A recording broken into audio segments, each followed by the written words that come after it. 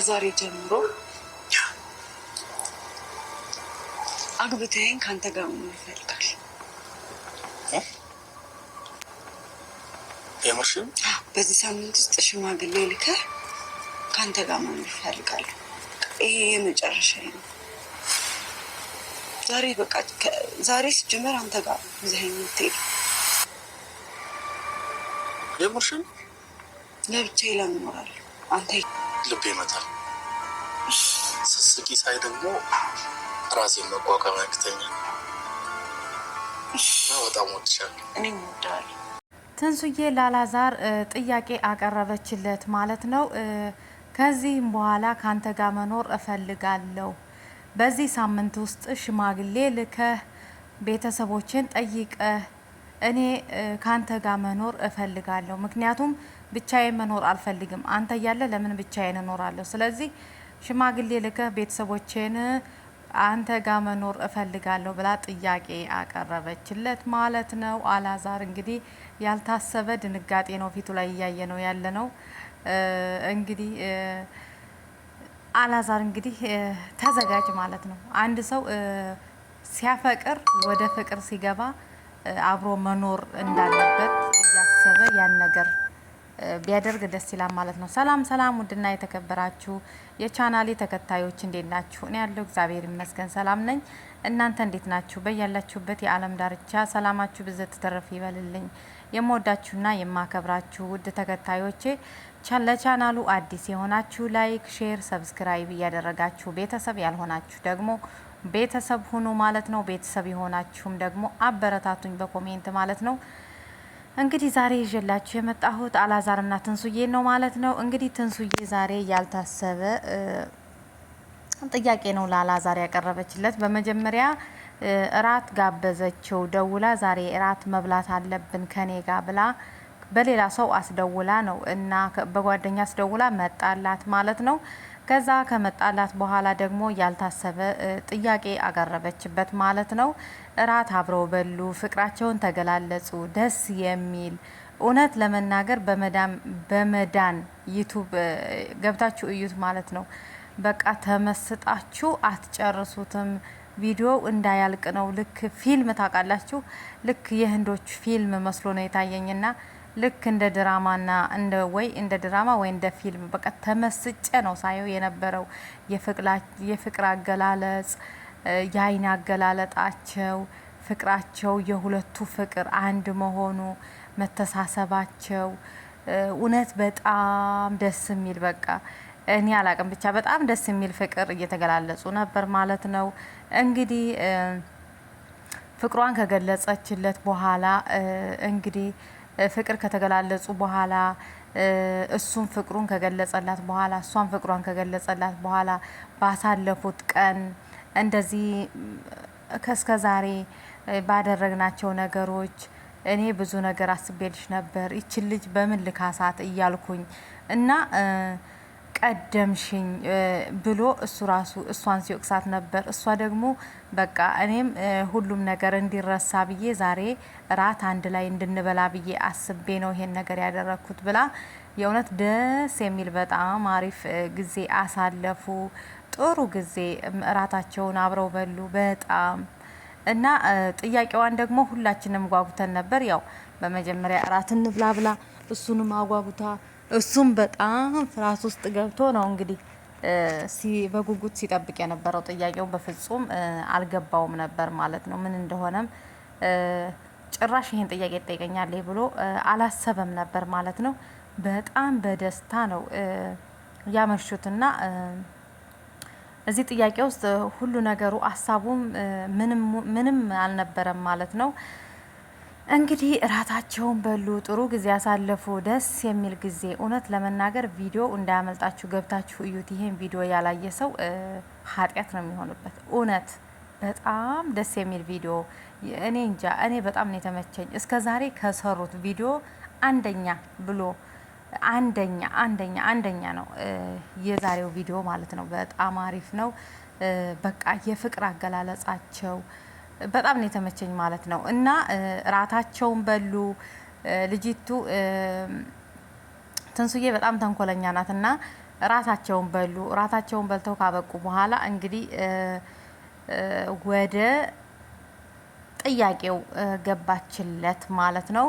ከዛ እሱም በጉጉት ሲጠብቃት ነበር። ጥያቄው ምን ይሆን እያለ ሲጨነቅ ነበርና ከዛ ትንሱዬ ደግሞ ከዛሬ ጀምሮ እና ካንተ ጋር መኖር እፈልጋለሁ፣ በዚህ ሳምንት ውስጥ ሽማግሌ ልከህ ቤተሰቦቼን አስጠይቀህ በክብር አንተ ጋር መኖር እፈልጋለሁ፣ አንተ ያለህ ለምን ብቻዬን እኖራለሁ ብላ ጥያቄ አቀረበችለት ማለት ነው። እንግዲህ ጥያቄውን ስታቀርብለት እውነት ለመናገር እሱ ፊት ላይ የታየው ድንጋጤ ለሁላችንም ለተመልካቾችም ያስፈራን፣ ትንሽ ደነገጠ ማለት ነው። ምክንያቱም እንግዲህ ያልጠበቀው ጥያቄ ነው የጠየቀችው። ይሄን ነገር ታደርጋለች፣ ይሄን ነገር ከዚህ በፊት አይታችኋል። ያው እናቴ እና እኔ ከኔና ከእናቴ ጥያቄ መጥቶልሃል፣ እናቴ ሽማግሌ እንድትልክ እኔም ደግሞ ሽማግሌ እንድትልክ ቀለበት ብታስርልኝም በወግ በማረግ አለን እኛ ወግ ማረግ ባህል አለን እና በባህላችን ያው ሽማግሌ ልከን እንደምንጋባ ማንኛችንም ሽማግሌ መላኩ ትልቅ ነገር ስለሆነ በእናቴም ስም በእኔም ስም እንግዲህ ይሄን መልእክት እንድታከብርልን ብላ ባለፈው ይሄን ጥያቄ ጠይቀው ነበር ማለት ነው። እሱ ግን ምን አላት በዛን ሰዓት እኔ አሁን ዝግጁ አይደለሁም፣ ሽማግሌ ለመላክም ሆነ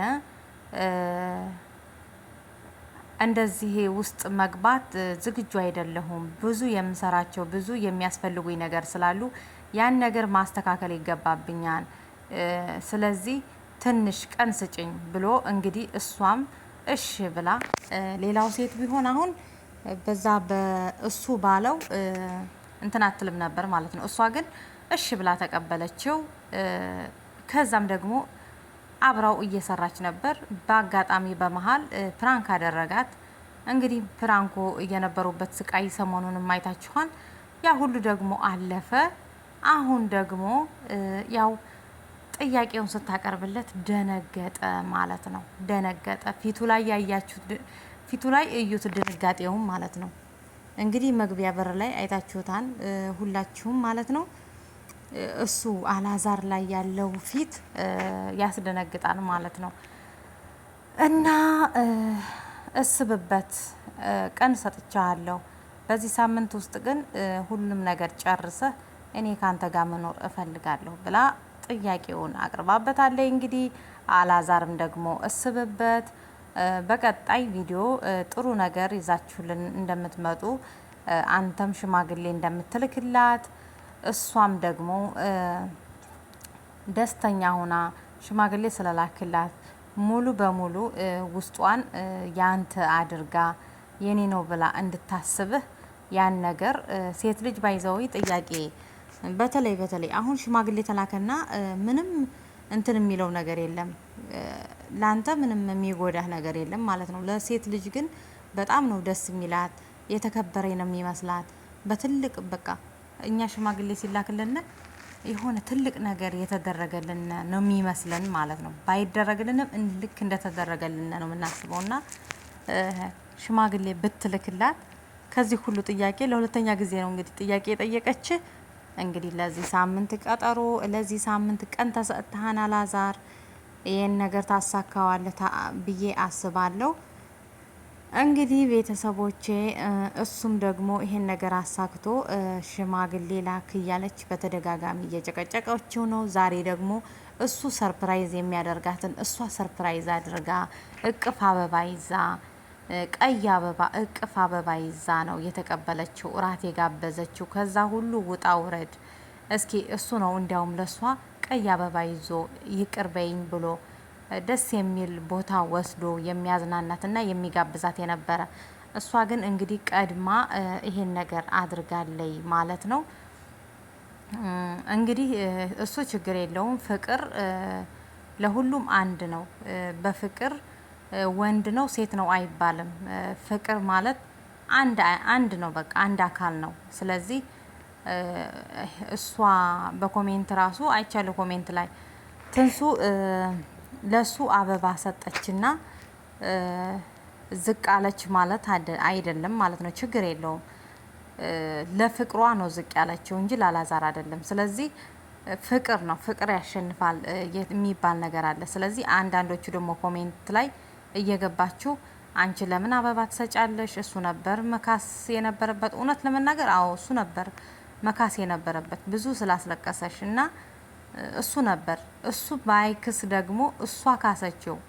እሷ ሁሉም ነገር ይቅር ብላ ሁሉም ነገር እንዲቀር ስለፈለገች ይሄን ነገር አደረገች ማለት ነው። ኮሜንት ላይ ግን እየሄዳችሁ እሷ እንድትሳቀቅ ሌላ ነገር እንድታስብ ምናምን የምታደርጉ ልጆች ብዙ ልጆች አላችሁ። እዚህ ነገራችንም እዚህ ድርጊታችንም ብናቆም ደስ ይለኛል። ምክንያቱም ምንም ጥቅም የለውም የሰው ልጅ ሲፋቀር እንጂ ሲጣላ ማየት ምንም ለኛ የሚያደርግልን ነገር የለም ማለት ነው። ግን እነሱ ሲዋደዱ በሰው ደስታ የሚደሰት የሰው ማለት ትክክለኛ ሰው በሰው ደስታ የሚደሰት ነው እንጂ በሰው ደስታ በሰው ሀዘን የሚደሰት ሰይጣን ብቻ ነው። ስለዚህ በእነሱ ደስታ እየገባን አንዳንድ ነገር ባንጽፍ ደስ ይለናል። እንግዲህ በቀጣይ እስከምንገናኝ ባይ ባይ፣ ቸር ሰንብቱ።